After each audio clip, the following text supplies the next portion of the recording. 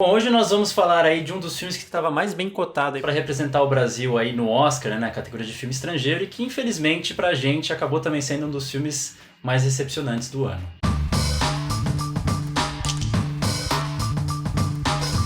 Cristóvão trabalha em uma fábrica de laticínios no sul do Brasil, numa sociedade mais ou menos distópica ou nem tanto assim. Ele é um dos únicos negros em uma região que foi ocupada por descendentes de alemães preconceituosos. Mas é aquele recadinho de sempre, né? Não deixa de curtir aí o vídeo, de compartilhar e de se inscrever no canal para aí vocês receberem aí mais outros vídeos de crítica. E eu só queria começar dizendo que o vídeo de hoje tá puxado, minha gente, tá puxado, porque como o Nathan disse lá no início, assim, eu não tava com grandes expectativas, mas as poucas que eu tinha, elas se foram assim que eu acabei de ver o filme. Mas antes da gente entrar nas questões mais espinhosas, a gente vai falar um pouquinho da parte estética. Apesar desse filme ter uma discussão bem forte ali na ordem mais social da coisa, eu acho que a primeira coisa que chama a atenção quando você começa a assistir o filme, ele tem quase que um fetiche por um movimento de câmera que vai se repetir do começo ao final do filme, né? Então é um chamado de dolly, né? Que é quando você vai aproximando ali a câmera do objeto que você tem interesse. A sensação que eu tenho quando eu vejo um movimento desse é como se o filme estivesse tentando reproduzir uma certa curiosidade que nós, como espectador, temos ali de entrar na intimidade desse protagonista, desse universo ali que abarca ele. A gente começa a se perguntar: quem somos nós nesse filme? Quem é essa câmera que está tentando acessar esse espaço? Nós somos mais próximos desses alemães preconceituosos, violentos, que estão tentando entender esse corpo negro, então tem um caráter meio invasivo, né, da gente querendo entender esse corpo que é diferente do nosso. Ou por outro lado, não, a gente está vendo esse mundo como se fosse personagem negro, então a gente está tentando acessar de fininho, porque a gente não é muito bem aceito. E eu não sei se o Éder concorda comigo, mas acho que se ele tivesse nessa segunda opção, essa câmera, de certa forma, ela iria evoluindo conforme esse personagem vai cada vez se revoltando mais contra essa opressão branca. Só que isso não acontece, né? Como eu falei, essa câmera ela aparece do começo ao fim do filme. Então ela já tem um caráter social muito forte, porque parece que tem esse olhar meio exploratório, meio exotificado, que, enfim, a gente vai discutir mais pra frente aqui no vídeo. Olha, Nathan, eu vou ser muito sincero com você, eu não prestei muito ali atenção na movimentação de câmera. Eu me recordo agora que no início tem isso que você disse, mas depois eu não prestei muita atenção porque teve tantos outros elementos que começaram a me incomodar e me tirar do filme. Mas ali no começo, ali ele tenta fazer algo interessante, ali de ficção científica, né? A gente não sabe muito bem que tempo se passa. Eu tive a impressão que parece que ia ter uma viagem no tempo, ali parecia que ele era um viajante do tempo, mas na verdade não tinha nada disso. E depois tem algumas outras partes ali que tem uma névoa, tem uma coisa meio bucólica, campestre, né? A própria casa de antiguidades ali que dá nome ao filme, ela é uma casa ali no estilo europeu. Mas, tirando isso, não tem uma grande, assim, um grande fator estético que me chamou muito a atenção. Bom, e aí nesse começo de filme ainda, uma outra coisa que pra mim não faz muito sentido ali no filme, na parte estética também, é uma questão ali que ele tem com as legendas do filme, né? Porque a gente tá nessa colônia ali, praticamente alemã, no sul do Brasil, e os personagens, eles falam naturalmente alemão. Então a gente passa um longo período ali do começo do filme com personagens falando uma língua que esse protagonista, né, o Cristóvão, ele não entende. Só que acontece, a gente tá vendo esse filme mais uma vez a mesma pergunta, do ponto de vista de quem? A gente tá ali do lado do Cristóvão, que supostamente não entende nada de alemão, tanto é que tem até uma personagem que para os alemães toda vez ali pra traduzir um pouquinho pra ele, só que a gente vai ver e tem a legenda ali embaixo, então supostamente todo aquele desconforto, aquela coisa que supostamente não é pra ele entender, a gente tá entendendo, então faz a gente pensar que a gente tá acompanhando essa história do lado dos alemães, mas o protagonista é o negro, tanto é que no final a gente vai ver a revolução deles. Então eu sinto que só desse começo já existe uma confusão de quem conta essa história, de quem tá olhando essa história, se a gente tá olhando pra esse personagem de uma forma meio invasiva, se a gente tá olhando de uma forma condescendente, eu sinto que assim, já é um prenúncio muito ruim, e eu acho que depois desse começo, ele só vai ficando pior porque a questão social vai entrando em caminhos um pouco mais complicados. E o Nathan começou falando aí, né, que o filme entra nesses caminhos espinhosos, tortuosos, e de fato o filme vai para um caminho que me desagrada bastante. É um filme muito sintomático em 2020, porque mais uma vez nós vemos o corpo negro sendo violentado por durante 1h30. Eu sei que a ideia do filme é trazer as discussões dos malefícios que o racismo traz, esse racismo latente que nós temos no Brasil, só que por outro lado ele acaba reforçando essas situações de violência que nós vemos, por exemplo, quando nós ligamos os telejornais. Nosso campo de visão fica muito restrito ao corpo negro ligado a questões de violência, quando na verdade nós podemos discutir o racismo de muitas outras formas, por exemplo, enaltecendo essas pessoas.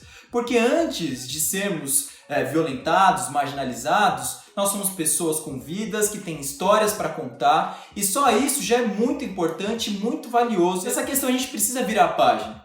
Se a gente parar para analisar e ver a quantidade de filmes que a gente tem, o corpo negro sendo violentado, e ver o quanto isso reflete na nossa sociedade, a gente ainda continua assim, vivendo numa sociedade racista em que pessoas negras morrem diariamente. Quando eu digo isso, não é porque eu quero dizer aí que todos os filmes precisam ter um discurso educativo, né? Eles precisam educar o tempo inteiro, né? Mas tem alguns filmes que parecem que se propõem a fazer isso, que é o caso desse, mas pra mim aí o tiro saiu um pouco pela culatra. Ainda que eu reconheça a importância do cinema como papel educativo, eu acho que, como você mesmo disse, ele não deve ter um papel educativo, até porque senão a gente tem uma régua do que é certo ou não, e a partir disso a gente fala o que é um filme bom, o que é um filme ruim. Acho que existe um arco-íris de coisas aí, de você conseguir trazer um discurso bastante complexo através do outro ponto de vista. E eu acho que nesse filme acaba sendo uma coisa ainda pior, porque além disso que você falou da tortura, ele tem ali uma proposta um pouco mais mística, de você trazer essa ancestralidade desse personagem. Só que eu acho que, mais uma vez, ele acaba reforçando antigos estereótipos de que a gente tem de uma raça inferior, de uma raça que é animalesca. Então, por exemplo, quando você tem um personagem que vai lá e transa, ele vai lá e chama a outra de vaca. Você vê que o sexo é uma coisa super brutal, super animal. A própria personagem, depois que eles têm a relação, fala assim pra ele, né? Depois que ele dá um soco nela. Quem que você pensa que é? Você acha que é um animal? E de fato, depois esse personagem se torna um animal. Ele se torna ali um boi que é medido da cabeça aos pés, descrito tudo cientificamente, quais são as qualidades, quais são as coisas que ele tem de ruim. Ele é transportado ali pra ser vendido, ele é vendido. E se você for ver até mesmo a própria caracterização que você tem ali da religião desse personagem,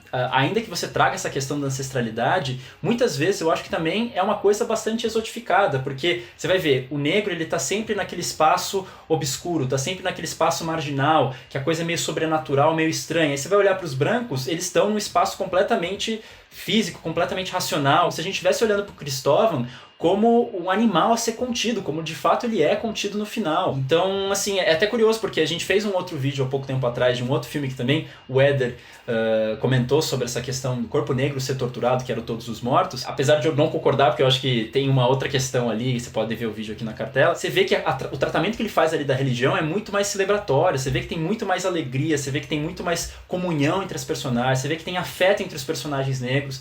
Aqui, nem mesmo entre os próprios negros você tem afeto, eles se batem porque não existe afeto entre os negros, só existe afeto entre os brancos, né? Então, assim, eu acho que apesar de a todo custo ele estar tentando exaltar esse personagem, na verdade ele acaba marginalizando e jogando ele cada vez mais para esse estereótipo de racional, de animal, de um personagem sobrenatural. Eu concordo totalmente com você, é extremamente estereotipada a questão religiosa, a questão comportamental, a questão da mulher também, que é extremamente exotificada, né? Quando a filha da moça ali tá no bar, e aí a forma como ela interage com os homens, e a forma como eles olham pra ela, pra mim é uma série, assim, de equívocos que o filme vai cometendo o tempo inteiro, que eu acho que ele só vai piorando e só vai reforçando aquilo que ele quer criticar, né? Parece que ele se torna aquilo que ele está criticando. E tem uma outra questão também que pra mim me incomoda demais, que é um filme extremamente maniqueísta, assim, né? Até na própria direção de arte, né? Tem alguns momentos que ele coloca o número 17, fazendo referência ao presidente. Eu não lembro se ele coloca negro, é preto, coloca pichado na parede pra ele sair do lugar onde ele tá, pra ele voltar pra terra dele. Tem uma outra cena ali que pra mim quase beira o mau gosto, é quando o Cristóvão ele chega ali na casa de antiguidades, ele abre um dos cômodos e tem dois garotos brancos ali, gays, transando, e a forma como ele mostra aquilo parece que é mais uma situação de marginalização ali, e aqueles garotos param, olham pro Cristóvão, que já é uma figura marginalizada no filme, ou seja, parece que esses garotos ainda estão mais marginalizados ainda, olham pra ele, xingam ele ali, uma cena ali que eu achei muito ruim. Acho que esse maniqueísmo ele aparece já do próprio nome do personagem, né? Cristóvão, né? Aquele que carrega Cristo. Então, é um personagem que ele é associado, de certa forma, a essa imagem de mártir, esse personagem que sofre o tempo inteiro, que é torturado, que merece a nossa piedade. Então, acho que tá aí mais um elemento de por que esse personagem tem que sofrer durante todo esse filme, porque apesar disso, no final ele vai ter uma suposta redenção. Mas tem várias outras cenas, como esse protagonista que está numa região que o negro, por exemplo, ele não pega o busão, ele tá sempre ali sozinho numa casa que você tem um cachorro que não tem uma perna, com uma casa que é velha, que você vê outra cena ali que eles estão querendo sacrificar uma vaca que é defeituosa. Então, o tempo inteiro o filme tenta atrelar essas imagens de algo que é descartável ao Cristóvão, relaciona esse corpo negro. Então, de certa forma, nesse discurso do que é falado, ele é muito óbvio. Só que ao mesmo tempo, nas imagens, ele tenta trazer essa coisa mais metafórica, como eu estava dizendo ali, dessa ancestralidade, de uma coisa animalesca, enfim, se você for até um pouco mais longe aí, relacionar com o cinema de um cara chamado Apichatpong, né, o Erecetaco aí, que é um tailandês que também trata dessa ancestralidade com essa coisa mais mística, ali da floresta, como o Éder estava falando ali, que tem esse espaço campestre, e aí você tem essa coisa dos poderes sobrenaturais, essa música mais rítmica, esse personagem que se transforma numa fera. Então você pode ver muito desse cinema mais fantástico, esse cinema menos narrativo. Só que o que acontece? Você choca esses dois mundos. Eu acho que se o filme ele tivesse completamente num registro, vamos ficar ali nessa coisa mais óbvia, mais direta, talvez funcionaria melhor. Se o filme fosse completamente nessa chave do metafísico, essa coisa meio do Apichatpong, funcionaria melhor. A gente não sabe se é meio que uma fantasia, não sabe se é uma denúncia social, se está nesse meio caminho. Acho que o que resumiria a nossa conversa aqui é que talvez falte um pouco mais de coesão no filme que ele quer contar. Existem vários filmes ali que iriam por abordagens diferentes e eu acho que na verdade ele quer englobar todas elas em uma. Uma outra coisa também que eu acho que é muito evidente é que os personagens brancos eles são muito caricatos, né? Você vê que as crianças elas têm armas e aí as crianças querem matar animais, querem matar o cachorro, né? E aí eu acho que o problema disso é quando você coloca esses personagens brancos extremamente caricatos e sem nenhum tipo de profundidade, quando uma pessoa branca for assistir esse filme, ela não vai conseguir se reconhecer dentro daqueles personagens. Ela vai falar, nossa, nós não somos assim. Isso não acontece. Então isso distancia também as pessoas brancas quando elas assistem o filme, porque elas vão achar tudo muito demais, né? Tudo muito exagerado. Talvez nem fosse de fato aí a proposta dele trazer esse grupo, mas enfim, isso também não cabe a nós. Bem, como a gente sempre diz aqui, não é que a gente deve levar aí o que o cineasta ou o que as pessoas que estão envolvidas no filme dizem como verdade para nossa análise, mas eu acho que é muito curioso. O João Paulo Miranda Maria, que é o diretor desse filme, diz, né, que ele fala que nesse filme ele estava querendo, na verdade, falar sobre intolerância de modo geral. Mas pensem comigo, que você vai fazer um filme de intolerância e vai pegar talvez o maior ícone negro do nosso cinema, que é o Antônio Pitanga. É inevitável você comparar esse tipo de coisa. Eu acho que pra mim, essa fala resume muito isso que eu tava falando, dessa falta de coesão das coisas, né? Eu só queria fazer uma interrupção breve aqui pra falar que lá no Nexo, que é onde eu trabalho, eu tive a oportunidade de conversar com o Antônio Pitanga, um senhor sensacional. E, enfim, ele disse várias coisas muito interessantes, como essa aqui. Como você enxerga, né, as ações da Fundação Palmares, né? Ele é o capataz desse século XXI, né? Uma pessoa que não entendeu, não quer entender, ou pelo contrário, ele quer fazer parte de uma coisa em que ele jamais será branco. Ele é negro. E no caso dele, ele é negro que tinto da pobreza da alma, né, pelo poder, leva um cara desse a chicotear a sua própria raça. Então eu vou deixar o link aqui na descrição, caso vocês tenham interesse em conferir um pouco dele falando de casas de antiguidades, dele falando da carreira dele no cinema, ou mesmo de política e negritude. É um homem sensacional, recomendo fortemente que vocês conheçam a carreira dele no cinema. Bom, de fato, aí foi um filme que acabou incomodando bastante a gente, e só pra reforçar que a nossa ideia aqui não é rechaçar o filme, nem nada do tipo, é só trazer um ponto de vista. Como a gente mesmo diz, quando o filme é feito, ele se torna de quem assiste. E essa foi a percepção que a gente teve, né? Não sei se alguém da equipe do filme vai ver, mas a ideia de fato é mais trazer um diálogo. Bom, terminando o filme aqui, chegou aquela hora tão esperada, né? Eu vim te recomendar, que hoje infelizmente eu não tenho aqui uma recomendação, mas o Sr. Natan ele sempre tem recomendações incríveis, assim, ó, na ponta da língua, aí, na ponta do dedo. Na verdade, esse filme, né, o Casa de Antiguidades, ele fez parte aí da Mostra de São Paulo, né, 44ª, que foi um pouco mais reduzida por conta desse ano atípico. E eu queria, na verdade, deixar aqui a recomendação de alguns filmes que eu assisti durante a mostra, né? E que eu acho que valem a pena vocês procurarem depois aí, quando eles forem lançados, né? Então, são dois filmes que eu venho citando desde o começo da mostra, lá no nosso Instagram, que você pode inclusive seguir, que a gente fez vários posts aí sobre a mostra, tá aqui na descrição. E os dois filmes são, enfim, o Dias, né, do Tsai Ming-liang, que é um filme ali que tem aquele tempo mais demorado para as coisas acontecerem, mas eu acho que ele discute a melancolia, ações amorosas aqui dos tempos atuais de uma forma muito única, né? Até por conta dessa proposta estética que ele tem. E um outro filme que chama Nariz Sangrando, Bolsos Vazios, que é um documentário americano aí que acompanha o último dia de um bar ali em Las Vegas, que tá para fechar, e você vê todos esses personagens que habitaram aquele espaço. Tem quase que uma proposta ali de documentário observativo, ainda que você tenha, obviamente, as devidas manipulações ali. Eu acho que são 2 filmes incríveis. Eu espero que eventualmente a gente possa até fazer vídeo no futuro, caso eles tenham uma repercussão maior aí. Pô, é isso. Então, espero que vocês tenham gostado da nossa crítica, tenham gostado das dicas do Natan.